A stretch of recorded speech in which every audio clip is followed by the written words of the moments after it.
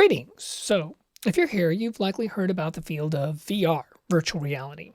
And if you've been up on the tech, the emergence of AR or augmented reality, sometimes called mixed reality. And if you're really up on all the latest buzzword, the recent emergence of the field of XR, which, well, we can't all actually agree on what that one stands for, but it's now currently used as the term for all those fields together. You might have seen lots of articles and videos on how to do audio for one or more of these fields in this new tech area, and how it's a completely new frontier and different from anything else you've ever experienced before. Well, yes and no. Let's demystify how audio for XR works and how it's both similar and different to audio you've already experienced in interactive media, and especially games. First off, let's get one thing clear. Audio for XR is still nonlinear audio, at least if you're talking about interactive experiences or games. So all the stuff we alluded to in earlier videos about all the sounds and the music in the game being separate assets is still very much happening here. Next, 3D games have already had a simple form of spatial audio for well over 2 decades that has gotten pretty sophisticated in its capability, especially with the usage of middleware. And this method is still being used in XR-based games that are available right now. So this older technology is still found in the industry, even in popular VR games on the Quest Store and on Steam, and it's not likely to go away anytime soon. If you might remember in our earlier video on behind the scenes, link over here, I stated that the most accurate answer for any question on games is it depends because of the wide variety of different kinds of games out there. And that variety is still very much present in XR-based media, and especially consumer VR games and experiences. So it means that the decision to use these new audio technologies very much depends on a wide variety of factors. In other words, just because some new amazing audio technology exists does not mean that it's going to be utilized in every game or even every VR-based game. Last, and sort of surprisingly, all of the new technologies I'm going to mention can be utilized in non-VR based games. That's right, you don't even need a VR headset to experience this new form of spatialized audio. It can work on desktop computers as well. Actually, you don't even need a game. You can experience it through apps like Dolby Atmos for Apple Music and stuff like that. Alright, so now that we've laid the groundwork for a bit of what hasn't changed, let's talk about the additions to the audio arsenal that have been added. Some of this is also based on functionality in XR-based games and media. One important thing to mention here is that all of these spatial methods that we're talking about are based around headphones, because XR devices are currently personally oriented, so audio is sent to each individual device being used. XR currently doesn't utilize a multi-speaker setup often like 5.1, 7.1, or Dolby Atmos Theater, especially in consumer-based VR, so the most common option is small speakers in the device or a separate set of headphones or earphones. Now, preparing spatialized audio for headphones requires a binaural encoding to be done. Now, you probably know something about binaural audio. That's audio that's recorded via omnidirectional mics that are placed into a dummy head or other blocking material or object to more closely represent the physics and acoustics of our ears. Now, the resulting audio gives us a very wide soundstage, and it's quite popular for concert tapers and studio engineers alike. So in this case, the spatialized game audio is sent to a binaural encoder or renderer, which processes the sounds so that they will sound convincing on headphones. We'll talk later about how these technologies use and expand binaural audio. Okay, so now that we've covered our ears, let's discuss the head and why it's significant for XR. So in normal PC games in the FPS genre, the view position comes from the camera, and turning the player's character turns the camera as well. So the head in this case is not independent of the body. If the sound is in front of you, you turn to the left, the sound will now come to the right, and the player will be facing left. But in XR, you can turn your head independently of your body. So now the result of what you hear is still attached to the rotation of your head. So you can get this rotation without actually turning your body and only turning your head. As far as how this affects audio, well, it's not really all that different from other style games. You have extra mechanics to deal with as a player, but the audio change still comes from the way your head rotates. So this isn't really much of an audio development per se, except for the fact that all this technology does need to know how to relate to the head rotation in regards to the audio. And for that, there are 2 categories that we use to describe this. Head-tracked audio is audio that changes its apparent orientation relative to the head rotation. So, using our previous analogy, this behavior is similar to the head turning and making the sound appear to come from the right side. Head-locked audio is audio that does not change its orientation relative to the head rotation. This means that the audio will not change, and in effect, it acts like 2D audio, unaffected by distance or direction. Okay, so with that clarified, let's talk about the two main technologies driving this new field of spatialized audio in games.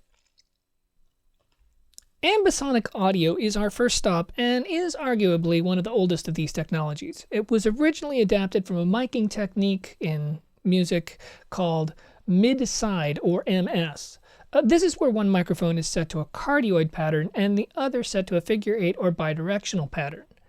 Then, the side signal is doubled on a mixer and its phase is inverted, which creates 3 audio channels from 2 signals.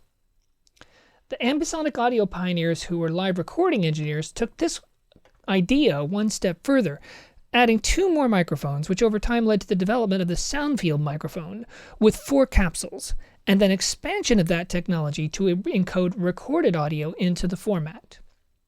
The 4-capsule or tetrahedral mic also became popular and with several products out there is now the choice for anyone wanting to record audio for 360 film projects.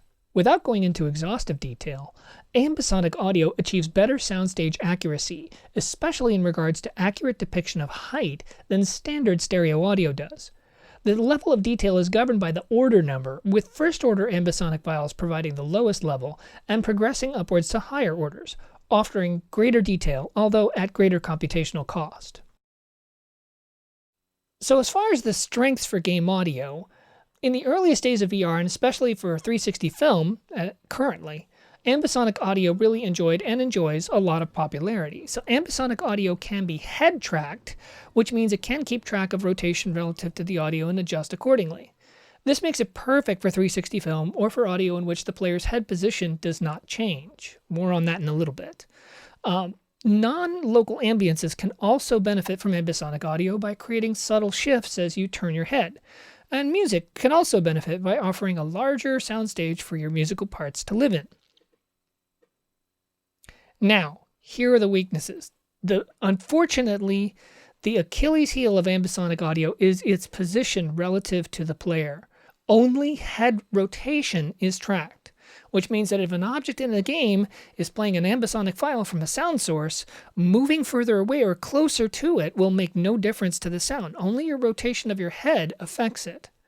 So that means that things like spatial sounds using ambisonic files will not be good unless the player is somehow locked into position and can only rotate their head, like for example in a flight simulator situation. Additionally, ambisonic files of higher orders are not supported natively by game engines, although they can be supported by middleware such as Wwise and Fmod through a spatialized toolkit. The Unity game engine as well as the Unreal game engine only support first-order ambisonic files currently, although this may change. Alright, our next technology to talk about regarding spatialized audios involves HRTF-based audio. That's a head-related transfer function in case you didn't know. Well, so what is it? Well, technically the technology is a form of binaural audio filtering based on a group of subjects who had binaural microphones placed in their ears and were subjected to a battery of tests over the entire frequency range at different angles, or azimuth,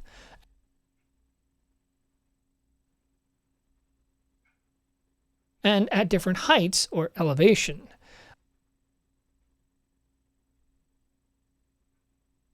The result of these tests is then compiled into what's called an impulse response filter, and basically real-time convolution is performed on the signal to make it seem as if the sound is arriving right at your eardrum. Now, when we mentioned binaural audio, we did say that basically it does achieve a fairly wide stereo field. However, it's limited by being fairly flat in terms of elevation, which means that if the sound is going over your head, it's not really going to come out on a standard binaural audio music recording. With HRTF, however, having all this frequency response data recording at these different elevations, now we have the ability to have all those benefits of standard binaural audio, but with the addition of the elevation added to the mix. Then we take all that data and we do exactly the same kind of function you might be familiar with using impulse response reverb plugins. In other words, you use the impulse, which is called the HRIR, the head-related impulse response in this case, and we modify the sound source's spectrum using that impulse, and voila, we have the sound modified or filtered to sound like it's coming directly at our ears. So, HRTF is definitely an excellent audio technology that can take any 3D audio source and make it seem like the sound is coming from anywhere within a 180-degree hemisphere surrounding the player, creating much more realistic sound movement and placement than is possible with current 3D audio. It is also not subject to the limitations of ambisonic audio in that the head position or distance is also tracked in addition to its rotation or direction. And even today's mobile devices like the Quest headsets can compute several sound sources at once without excessive processor usage. Now, the drawbacks of HRTF-based audio are really chiefly that you're limited to some extent by the platform's processing ability to have a large amount of HRTF-based audio sources present. But really, to be honest, having that many present is often a form of cognitive overkill. The brain just simply can't track that many HRTF sources at a time. So having them present in every audio source can be a waste of processing power.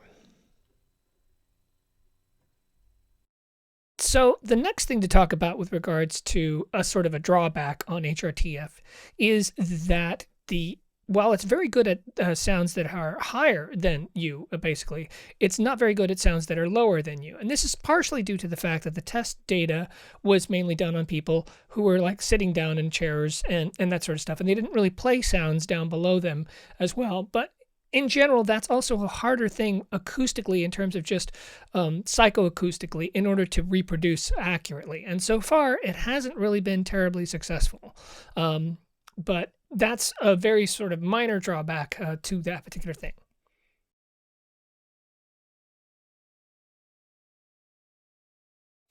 So I hope this has been somewhat helpful to you in terms of just getting an idea of what the realities are of working a little bit more in an XR sort of based situation as opposed to the standard sort of game audio situation with regards to how it expands 3D audio, but it's not like a totally revolutionary sort of thing comparatively speaking. It's just extra spice, in my opinion. Anyway, if you want to know more about this, we've just barely sort of scratched the surface of what's available. There's a lot of things about the various kinds of spatial toolkits that are available, like Steam Audio and Oculus Audio, and the Facebook 360 workstation for Ambisonic audio and stuff like that. So if you're interested in knowing more about this, the Game Audio Institute runs a course a few times a year. We'll actually have one starting up fairly soon. Basically what we'll be doing is expanding on a lot of the stuff that I'm just sort of barely touching on. It's an 8-week course. It's on Zoom. And we also have lots of materials on a Canvas server that will explain a lot more stuff than we're currently be able to go into in a few minutes long video, basically. And as if all that weren't enough, we also include our Eagle Dive VR Unity project, which you can implement your own music and sound effects into an actual VR-based kind of game. So they can use that for portfolio purposes later on. But if you're interested in that, that's fine. And if you'd like to know more about what the Game Audio Institute's doing, be sure to hit the subscribe button and the like button and the notification bell so that you don't miss the next videos that are going to be coming up, because I've got some cool ones coming up for sure. So I hope this helps you out, and we'll see you in the next one. Take care.